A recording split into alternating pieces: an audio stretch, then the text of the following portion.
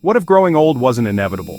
For all of human history, we've accepted aging as a fundamental truth, a one-way street of accumulating wrinkles, fading strength, and increasing frailty. We see it as the unavoidable price of a long life. But what if that fundamental assumption is wrong? What if aging isn't a matter of time but a matter of biology, a complex but ultimately solvable series of processes that can be understood, targeted, and even slowed? Right now, in laboratories across the globe, a quiet revolution is underway. Scientists are no longer just treating the diseases of old age like heart disease, cancer, or dementia. They are targeting the root cause of them all, the aging process itself. Imagine a future where a 90-year-old has the physical and mental vitality we associate with someone in their 50s. A world where grandparents don't just watch their grandchildren play, but join them on the sports field. Where retirement isn't an end, but the beginning of a new, vibrant chapter filled with learning, creation, and adventure. This isn't about immortality or clinging to youth, it's about extending our health span, the years we live in good health, free from disease and disability. This is not a distant fantasy, it's the cutting edge of modern science, a frontier we are actively exploring today. We are on the cusp of rewriting the very code of life. For all of human history, aging has been an accepted, unchangeable fact of life, a steady, inevitable decline. But what if it isn't? What if aging is not a fixed timeline but a biological program that can be understood, manipulated, and even rewritten? Today we stand at the precipice of a revolution. In laboratories around the world, researchers are moving beyond treating the diseases of old age, like heart disease, cancer, and dementia, and are instead targeting the root cause of them all, the aging process itself. We explore how science is beginning to decipher the very code of aging, with the audacious goal of slowing it down, repairing its damage, or perhaps one day, even reversing some of its fundamental aspects. This is no longer science fiction, it's the frontier of modern biology. The key breakthrough was realizing that aging isn't a single process. In 2013, scientists defined what are now known as the hallmarks of aging, a collection of distinct but interconnected types of damage that accumulate in our bodies over time. It's a multi-front war. One of the primary culprits is genomic instability. Our DNA, the blueprint for life, is under constant assault from radiation, toxins, and even simple errors during cell division. While our cells have remarkable repair kits, their efficiency wanes over decades. Think of it like making a photocopy of a photocopy. Each new copy gets a little blurrier, a little more degraded until the instructions become unreadable. Another hallmark is the breakdown of proteostasis, the cell's quality control system for proteins. As we age, this system falters, allowing misfolded, dysfunctional proteins to build up, creating toxic clumps that are a key feature of neurodegenerative diseases like Alzheimer's and Parkinson's. Then there are telomeres, the protective caps at the ends of our chromosomes, often compared to the plastic tips on shoelaces. Every time a cell divides, these telomeres get a little shorter. When they become critically short, the cell can no longer divide safely and enters a state of suspended animation. This shortening acts as a kind of cellular clock, ticking down the lifespan of our tissues. Scientists are exploring ways to counteract this. The enzyme telomerase can rebuild and lengthen these caps, effectively extending a cell's youth.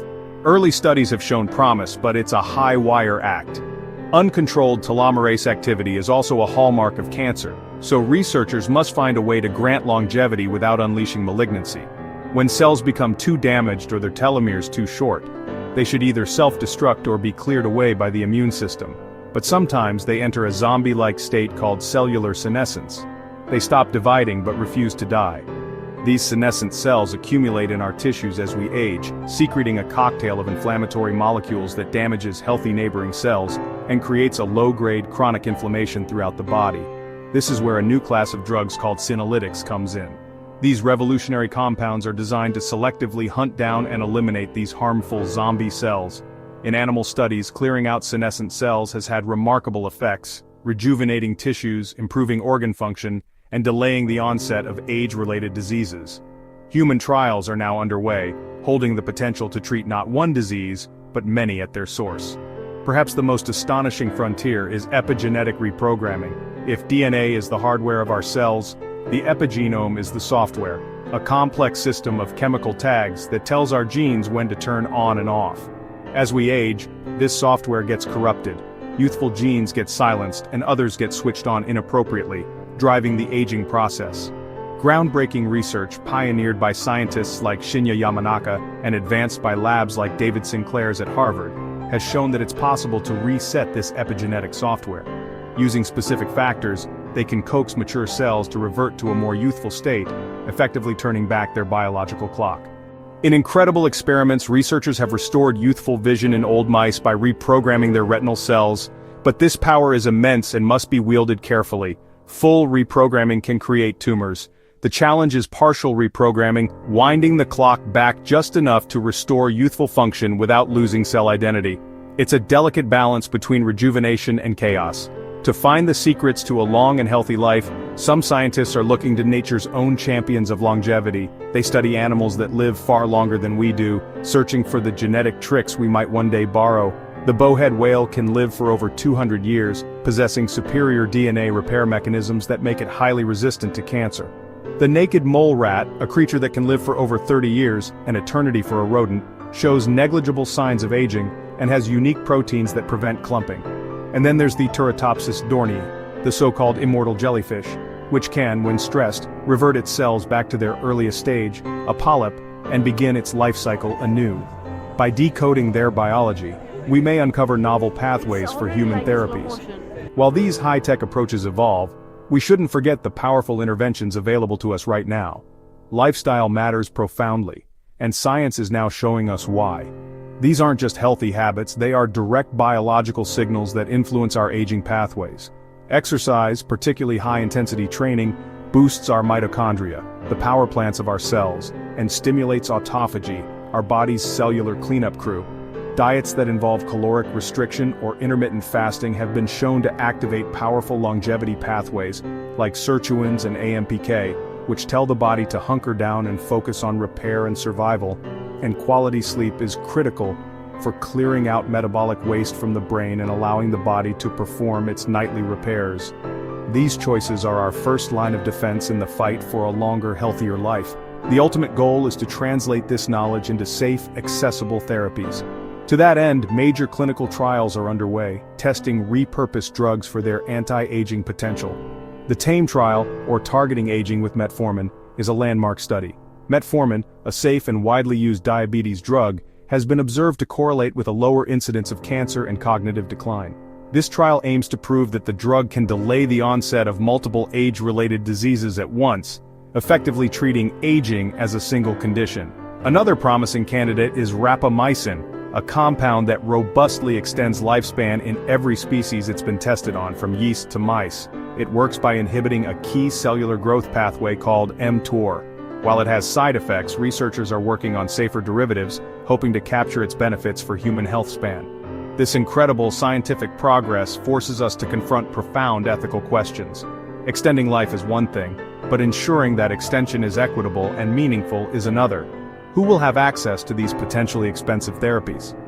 Will we create a new form of inequality, a longevity divide where the wealthy can buy more time while others cannot?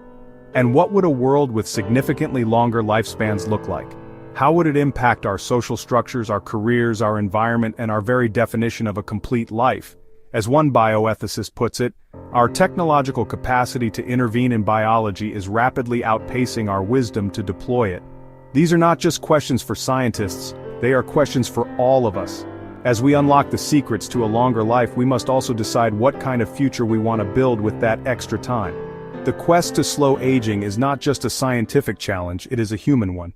Imagine a future not of eternal youth but of extended vitality, a future where organ failure isn't a final verdict but the start of a regenerative process, where our genetic code can be fine-tuned to fend off diseases that have plagued humanity for millennia. This isn't a distant dream, this is the horizon today's scientists are charting. They're asking a revolutionary question: is aging an inevitable destiny, or a complex biological process we can understand, manage, and even reverse? At the heart of this revolution is the battle against cellular senescence. As we age, some cells stop dividing but refuse to die. These zombie cells linger, releasing inflammatory signals that damage healthy neighbors and accelerate aging.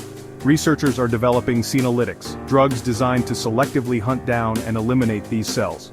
Early animal studies show remarkable results, restoring youthful function and extending health span, the period of life spent in good health. Then there's the epigenome, the system of chemical tags telling our genes when to switch on and off. As we get older, these instructions become garbled.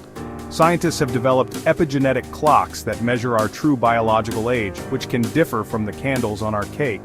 The thrilling frontier is epigenetic reprogramming, techniques aiming to reset this clock, instructing cells to behave as if they were young again, effectively turning back their biological time.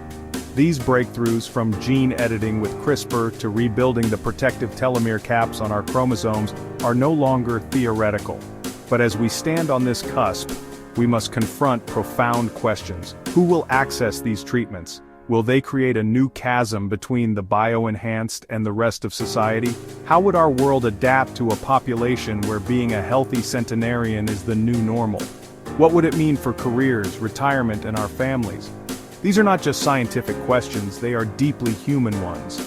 The ultimate goal isn't immortality, but more healthy time.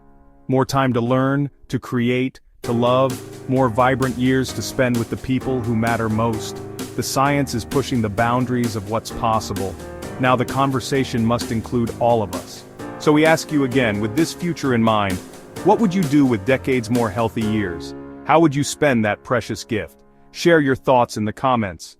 This conversation will shape the future of humanity, and your voice is crucial. And if you want to continue exploring the science redefining our world, subscribe for more deep dives.